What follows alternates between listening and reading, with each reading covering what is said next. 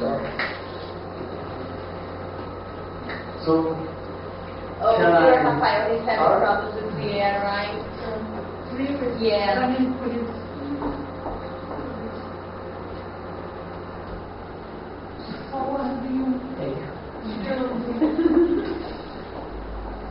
Sorry, Okay, so let's start. I would like to thank all of you for being here. My friends, this is my friend too. And as today is a special day for me, I brought to you a gift. But no, don't get me wrong. 1, 4.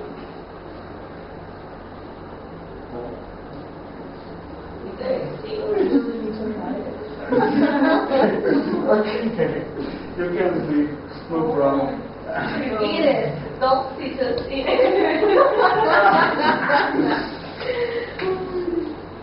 I will explain that after all. I want to talk about something that I really like. Carla told me that I should talk about something that I like, and I thought, my God, what I will talk about. And I was thinking about a lot of things, but I choose this topic because talk something about my life too. And I want to talk about the power of vision and the weakness of sight.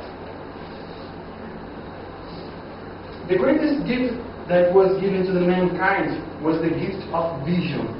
But unfortunately, we just use our sight. If you look to my gift with your eyes, with your sight, because sight is a gift, it's something from your eyes, it's what is in front of your eyes. Then if you look at this with your sight, you will just see a beam. But if you look with this, with vision is something completely different from what your eyes can show you. Vision is something that comes from your heart.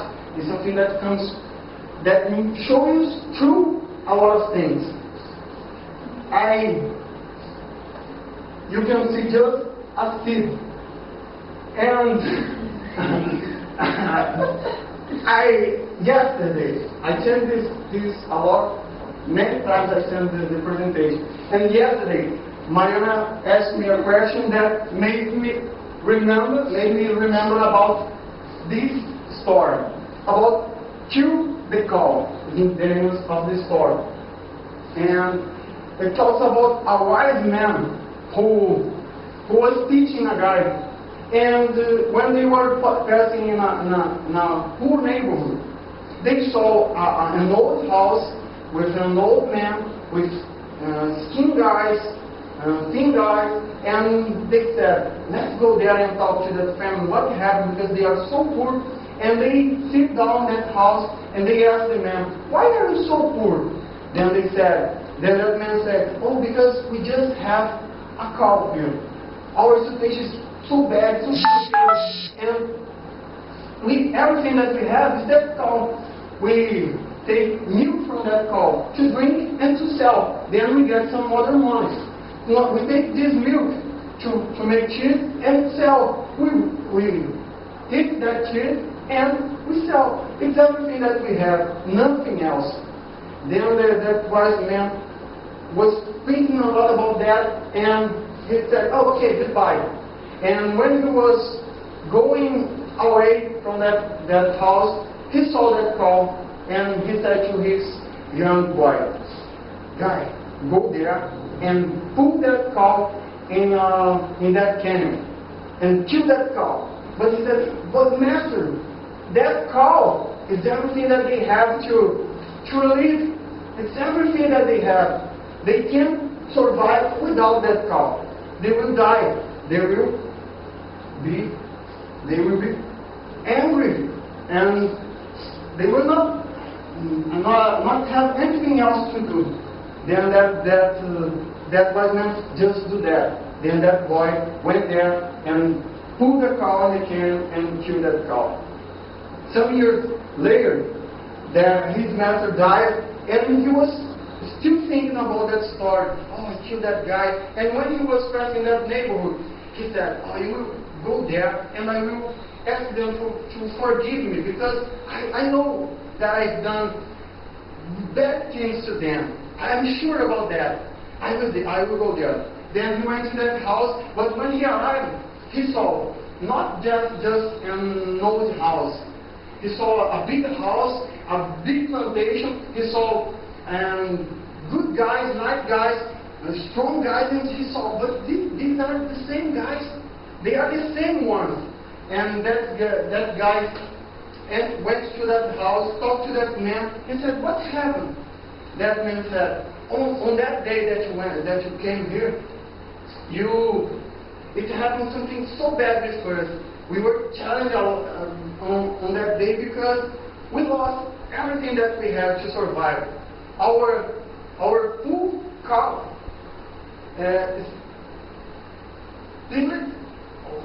spilled and fell down in that canyon and died. On that moment, we start to think about, what we have to do now. Then they start to work, to plant, to do a lot of things, and they start to sell that and do many things, and they start to get more money than they could have just with that milk and that cow. And they became a rich family in that place. Then what happened? If you look to this seed, to this bean in your hand, just with your sight, you will never see anything else, just a bean. But if you look with your vision, you will see a tree in your hand made. And the biggest problem is that we usually look to people in the same way. We look to some people that are next to us, and we just say, oh, it's just a poor guy, it's just a drug dealer, it's just homeless, it's just someone who doesn't have any other way to survive. But I like all of this because when we look to a child, when we look to a kid, a little boy, we just see a little boy. But every little boy has a dream. And I already have this same dream. I always dream about to be a superhero. And the biggest problem, I always dream about being a superhero. And we always think about a superhero like this one, who can fly, who is strong, who has super strength, vulnerability. You can shock him and nothing will happen. We always think about good guys who will save people, who will do something really good for our society. I always dream about that. But unfortunately, our society has doing that with us. They are changing us so much, and we are learning some bad things in our society that we usually have heroes like this man that I would like to show you.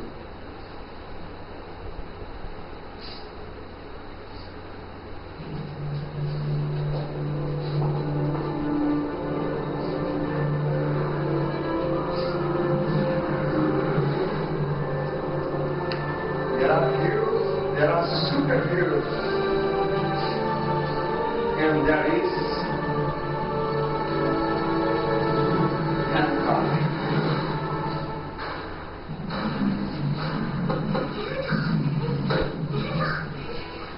What, boy? You want a cookie? Down on my face. What?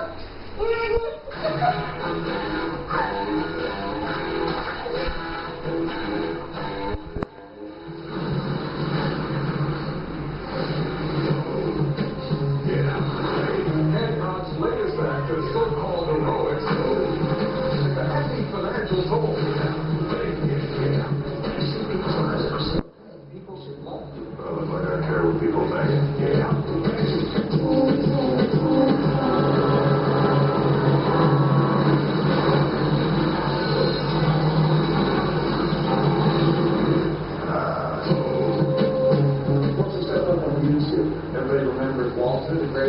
stuck on the beach. Along comes Hancock.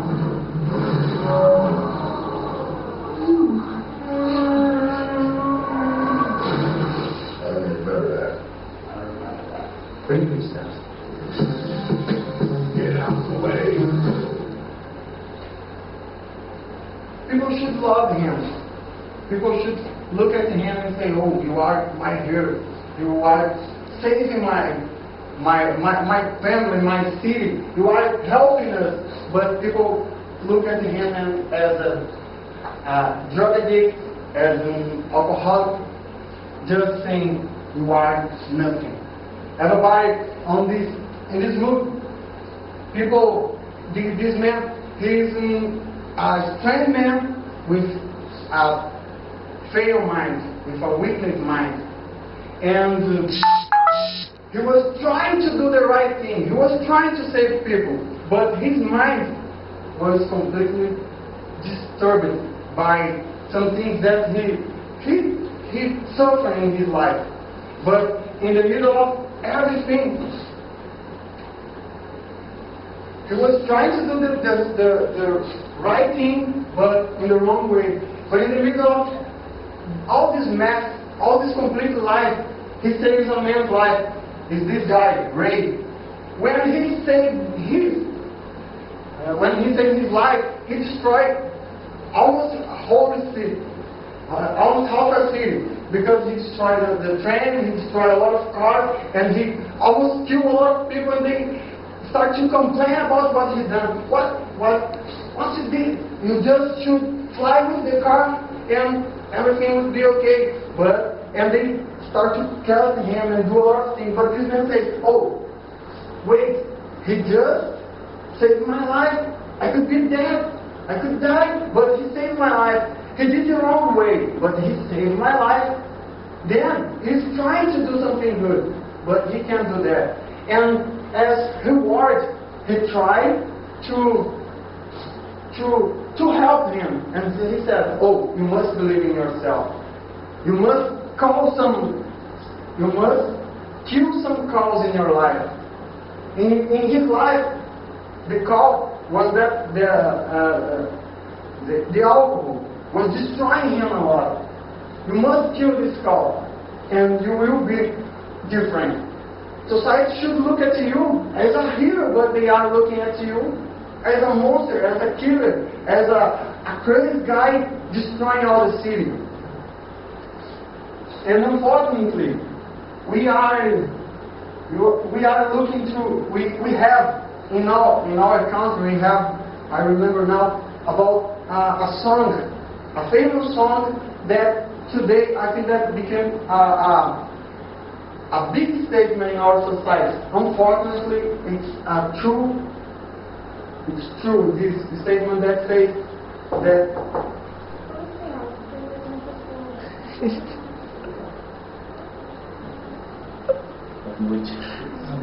and this statement says, in Portuguese, nossos heróis morreram de overdose. It's a song from Cazuza and Frejá that says that their heroes, they died from overdose. What happened? I can agree with this in some parts, because they should be heroes, but they just died as drug addicts, alcohol, and nothing else. You look to Michael Jackson, he did a lot of things, but when he died, he said that he just died from overdose because he was addicted to that. They didn't always hero, no? They said he died from overdose. When you hear that song, that word, love, you don't remember anything. But when you hear, I will always love you, I remember about Whitney Houston, a great singer, but just died from overdose.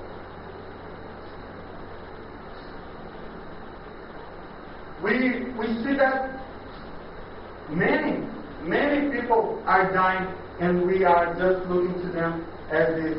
But that man, he believed in him, and he changed that destroyed man in a superhero. And we can see all the time in the street super fathers, super doctors, super engineers, super teachers who are just dying as drug addicts. They are just dying, and we just see them as drug addicts and homeless and nothing else. And they keep dying. They are just in a jail of alcohol, drugs, and other things. But they just need someone to help them and believe in them. I want to show you now a real story. Because this movie, it talks about the real story.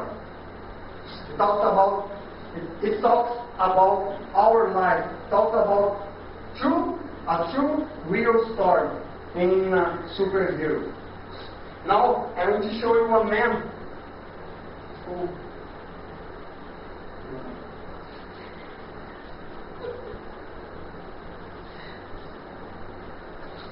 who lived 35 years in the streets. Alright.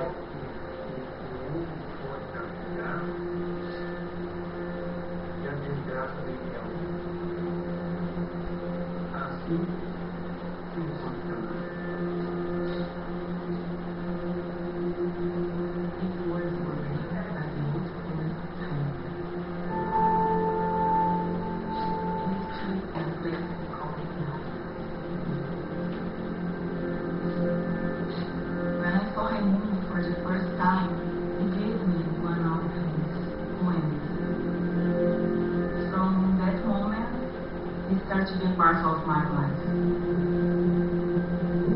Writing is his passion. He writes every day. Higiene material, higiene mental. Aqui no espiritual é mais difícil praticar. Assim no corpo. Camus always wanted to publish a book of his poems. Person who lived in the street became an impossible dream. I felt I need to do something. I told him that I will create a page for him to publish his poems and to make him recognize himself as a man and as an artist. People started to get close to him, to talk to him, to go there, to say, hey, I saw you. I want to know you. I always want to know, but I didn't have the courage to come and talk. And then something unexpected happened. I got a message from his brother.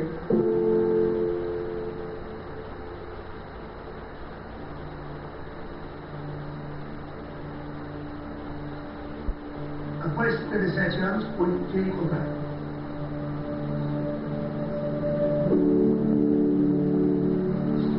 Quando eu cheguei na ilha, eu encontrei um homem no meio de uma sacada de lixo, um caseiro sem fazer barba, sem condições higiênicas nenhuma, sabendo que essa pessoa é seu irmão.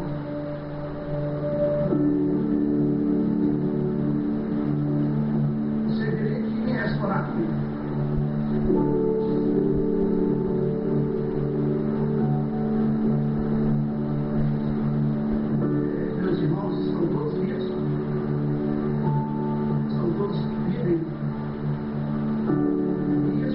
Era o que faltava para completar aquilo que ele fazia de estar.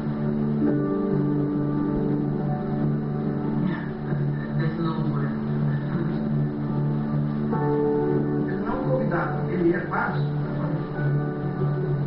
Nossos filhos, da esposa, ele é parte integrante desse.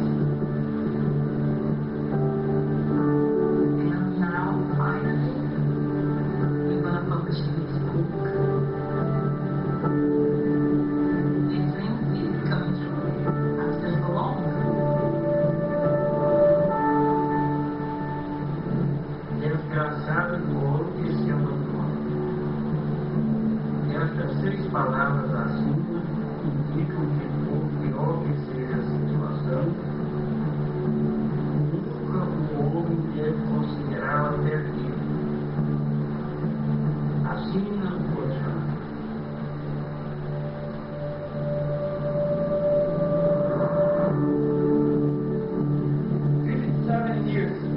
without his family. And 35 years he's living on the street. And he arrived. And we pass all day and we see on the street, right? Teacher, I heard that there is a woman who used to be next Crystal Palace, and they told me that she's an English teacher. And another man who used to argue that they call him Jesus because he's Lord. They say that he's an English teacher. He speaks German. They say a lot of things about him. And we just see a destroyed man, a homeless man, and nothing else. And this man, for 35 years, even when he was without nothing, I remember about this to his life. Can a woman forget her nursing child? That she should have no compassion, the son of her womb. Even this may forget, yet I will not forget you, says the Lord. Even when a man is completely destroyed, God will not forget you. God will not let him just there. He will send someone to talk to him and to give a hope, to give words of hope. And I said that this talks a little bit about my life because when I was, imagine a 16-year-old boy, completely drunk, destroyed, and people should give nothing to him and say that he will be nothing. He will simply be nothing. They said that I was born to kill my mom. They said that I should be nothing. And to be here today and talk to you in English, for me, it's amazing. It's incredible because someone that they said, oh, there is no hope, there is no way. I'm here, completely different and changed by God. And I think that's on that. Thank you all of you.